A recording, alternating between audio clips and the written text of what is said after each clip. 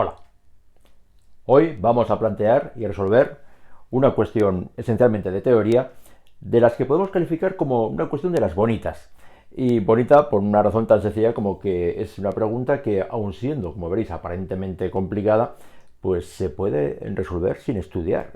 Se puede resolver pues con una estrategia muy parecida a la que uno tendría cuando uno se pone a resolver un simple ejercicio, ¿no? Y de manera que, sabiendo muy poquito de cuestiones muy básicas de magnetismo, pues podremos diseccionar qué me están preguntando para plantear ese ejercicio y resolverlo, ¿vale?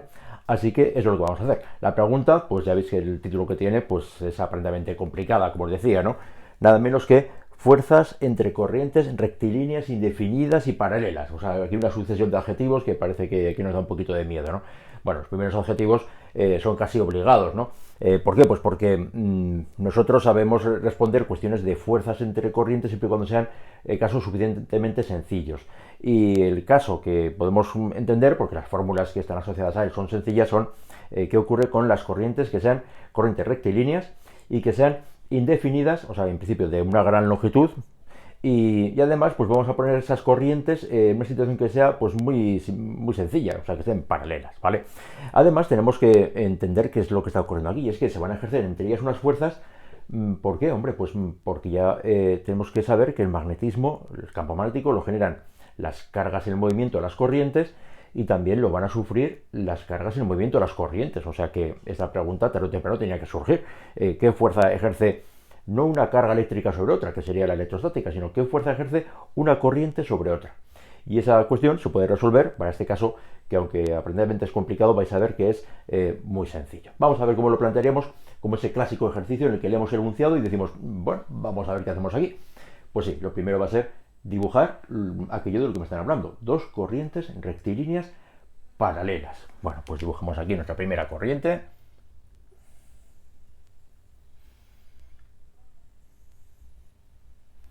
Y aquí nuestra segunda corriente. A una cierta distancia. Y vamos a empezar a poner aquí cosas. Nos vamos a imaginar que por aquí circula una intensidad I1 y la intensidad que circula por el segundo conductor, pues hombre, podrían ser una en un sentido y otra en sentido contrario. Vamos a poner el caso que en principio es más sencillo, en el que tendríamos las dos corrientes que tienen intensidades que tienen el mismo sentido. Pero las intensidades no tienen por qué valer lo mismo, así que esta intensidad pues va a ser I2. Y vamos a imaginarnos que están puestas a una distancia D entre ellas. Son paralelas, ahí las tenemos. Esta sería la situación del problema y vamos a plantearnos por qué va a haber un campo, por qué va a haber una fuerza de interacción entre ellas. Bueno, pues la explicación creo que tiene que ver con que, por ejemplo, una de las dos corrientes, vamos a coger la de la izquierda, pues por el hecho de circular una corriente en ese conductor, pues va a generar a su alrededor un campo magnético con esa estructura de círculos, de líneas, de rosquillas que decimos a veces, y eso va a ser lo que voy a intentar dibujar aquí. Así que primero vamos a ver qué campo magnético genera este primer conductor de aquí. Y luego veremos de qué manera ese campo magnético pues va a dar lugar a unas fuerzas, a una fuerza sobre el conductor de la derecha, ¿vale? Primero, campo que crea el primer conductor. Pues primero sepamos cómo es. Regla de la mano derecha, ponemos nuestro dedo pulgar en la dirección de la corriente y estos cuatro dedos me dicen cómo giran las líneas de campo magnético alrededor del primer conductor. Y esas líneas, bueno, harían una especie de dibujo así, voy a dibujar unas cuantas, una así, otra así, otra así. Y claro, lo generan alrededor de todo ese conductor. Y en particular, pues sobre este conductor, pues actúa alguna línea de campo magnético. Y tal y como lo estoy pintando aquí, aunque lo he pintado en perspectiva, este dedo pulgar hacia arriba me dice que allí el campo magnético que genera este conductor sobre ese va a ser un campo que va a ir hacia adentro. Y va a ser lo primero que voy a pintar aquí. Hacia adentro, pues este es el B. Y es el B que genera el primer conductor sobre el segundo. Lo voy a poner aquí. 1 sobre 2. ¿Vale? Y ahora, pues ahora voy a ver qué le sucede a este conductor de la derecha por el hecho de estar padeciendo ese campo magnético que le ejerce su compañero. ¿vale? Bueno, primero, vamos a calcular, que no se me olvide cuánto vale ese campo magnético.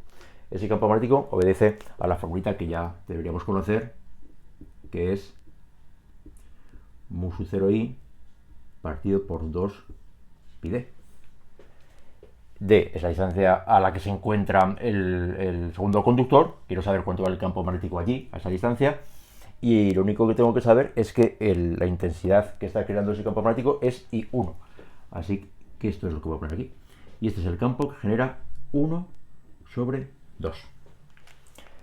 Y ahora, lo dicho, este campo magnético está actuando sobre un segundo conductor. Y sabemos que cuando hay un conductor sobre el que circula una corriente en un campo magnético, va a generar una fuerza. Y esta va a ser la segunda fórmula que tenemos que sabernos de campo magnético. Concretamente,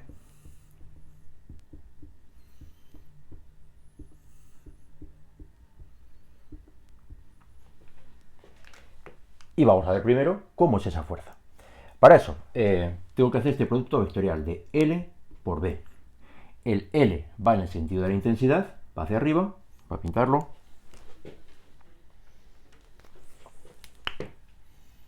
Vector L. El campo magnético B va hacia adentro, así que voy a girar con mi regla de la mano derecha para hacer este producto vectorial. Tengo el L hacia arriba, tengo el campo magnético que genera 1 sobre 2 hacia adentro,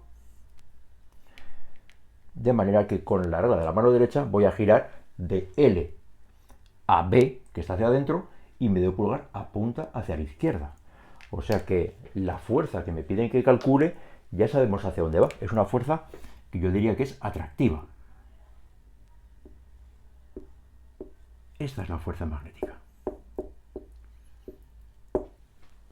Así que me atrevería a decir que ya sabemos que cuando tengo dos corrientes rectilíneas indefinidas, paralelas, con intensidades con el mismo sentido, las fuerzas de interacción van a ser atractivas, ¿vale? Vamos a dar un paso más. Ya sabemos que es así. ¿Y cuánto vale esa fuerza? Bueno, pues vamos a tirar de esta formulita, concretamente de su módulo. Ahora no necesitamos, la dirección ya la tenemos dada por el producto vectorial. Así que la fuerza, va por aquí, sobre I2, sobre este conductor de aquí, será igual a I, pero ¿qué intensidad está padeciendo ese campo? Esa intensidad I2 por L, lo que mide ese conductor, y por el campo magnético. ¿Pero qué campo magnético va a poner? Pues el que 1 ejerce sobre 2. Lo voy a poner así indicado una vez más. B de 1 sobre 2. Y esto, pues lo podemos poner como I2 L. Y ahora voy a poner aquí el campo magnético que hemos calculado antes. Mu sub 0 y 1 partido por 2 pi d. De manera que esa fuerza de interacción ya vemos que bueno, pues va a depender de las dos intensidades. Y resulta esta formulita, aparentemente complicada, pero vais a ver que es sencilla, resulta de combinar las dos formulitas básicas de campo magnético. Primero, saber qué campo magnético genera un conductor rectilíneo indefinido paralelo, indefinido, y luego qué fuerza experimenta un conductor rectilíneo cuando está dentro de un campo magnético. Y de combinar estas dos, llegamos a esto, ¿vale? Matiz que debemos plantearnos aquí. Aquí hay una cuestión que nos puede generar dudas, y es que hemos dicho que eran conductores indefinidos. De manera que en principio esta longitud sería infinita. Y si es infinita, tendríamos aquí una fuerza de interacción, de atracción infinita entre esos dos conductores.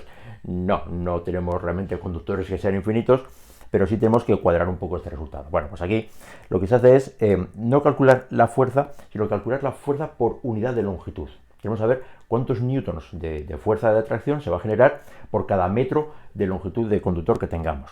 Es decir, que esta L la voy a pasar aquí dividiendo y vamos a llegar ya a la fórmula definitiva, que es la que me describe esta interacción entre corrientes. Y es que la fuerza por unidad de longitud pues va a ser mu sub 0 y 1 y 2 partido por 2 pi d.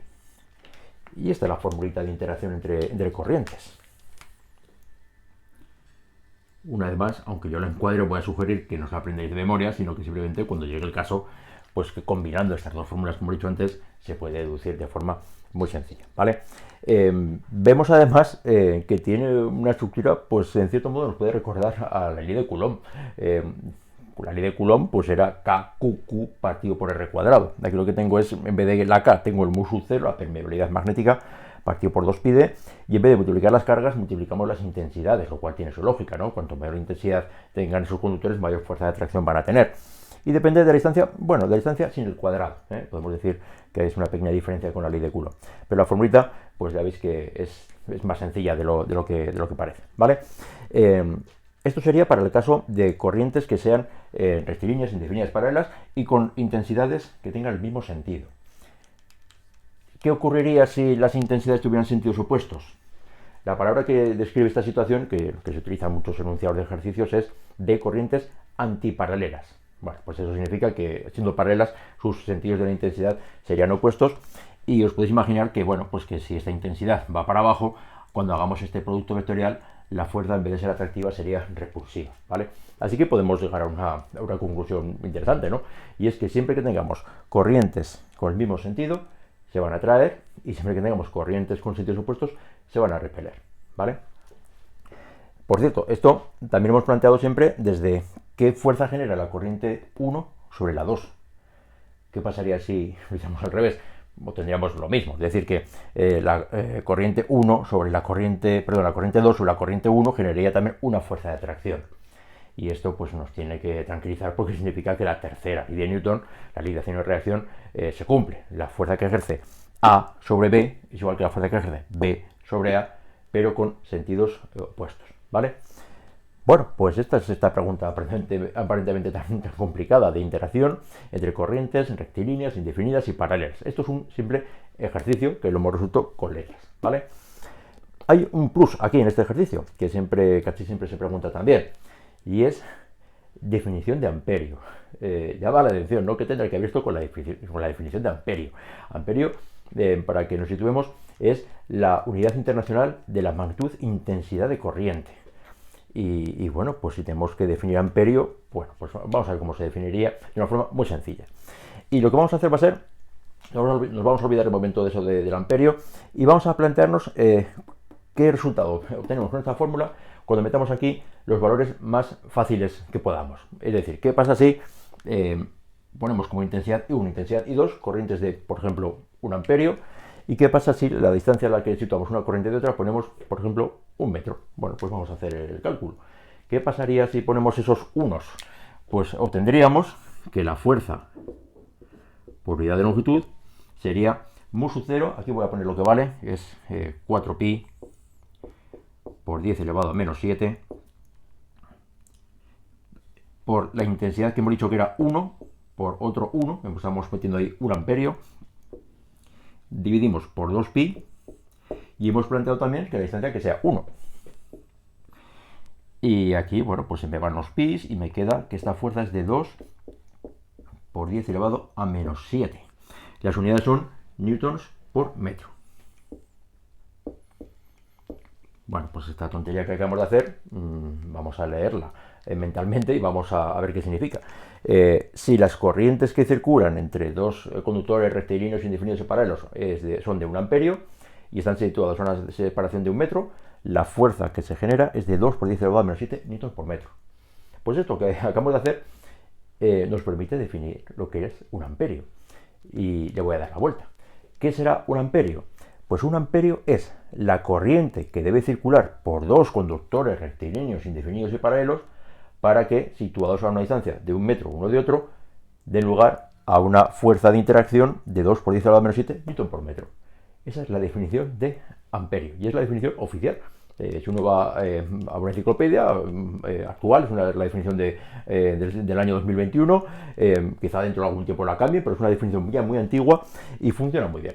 Y esta es la definición de amperio. Y hay que definir amperio porque es la intensidad de corriente, se considera que es una magnitud fundamental. Bueno, por cierto, la cuestión ya la hemos terminado. Esto que voy a contar ahora es una especie de añadido, pues para que entendamos por qué esta definición de amperio es tan importante. Debe serlo cuando lo preguntan tantas veces, ¿verdad?